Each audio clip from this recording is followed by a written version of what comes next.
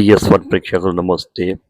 ఉచిత పెట్టుబడులను జీఎస్టీ పరిగణలోకి తీసుకొని ఉచిత పథకాలను పెట్టుబడులుగా గుర్తించాలి.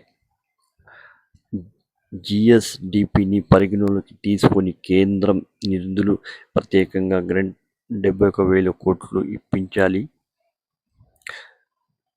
ఉచితం కింద ప్రజల సంక్షేమం కోసం రాష్ట్ర ప్రభుత్వం చేసే వ్యవసాయాన్ని తప్పనిసరి పెట్టుబడులుగా గుర్తించాలి. 16వ ఆర్థిక సంఘాన్ని తెలంగాణ ప్రభుత్వం కోరింది. రైతు భరోసా, రుణమాఫీ, ఆహార రైతులు వంటివి నిరుపేదలకు ఆర్థిక స్థిరత్వాన్ని, సామాజిక భద్రతను కల్పిస్తామని ఆర్థిక సంఘం చికిత్స ప్రతిపాదనలో వివరించింది. తలసరి ఆదాయం జాతీయ సగటు 1.84 లక్షలతో పోలిస్తే తెలంగాణలో చాలా ఎక్కువ, రేట్ 3.57 లక్షలు అయింది.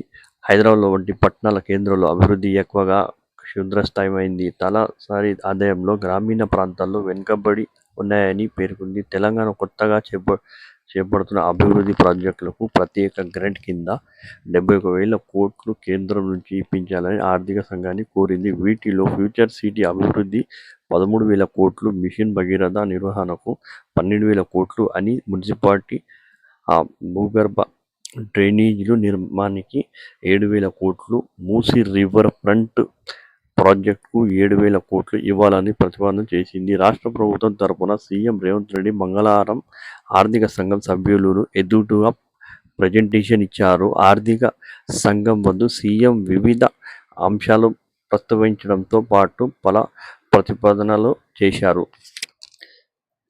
మీ అందరి దయ వల్ల ఈ ఛానల్ సబ్స్క్రైబర్ పెరుగుతున్నాయి.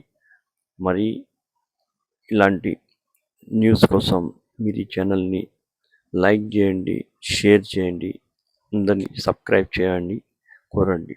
Thank you so much for watching my channel.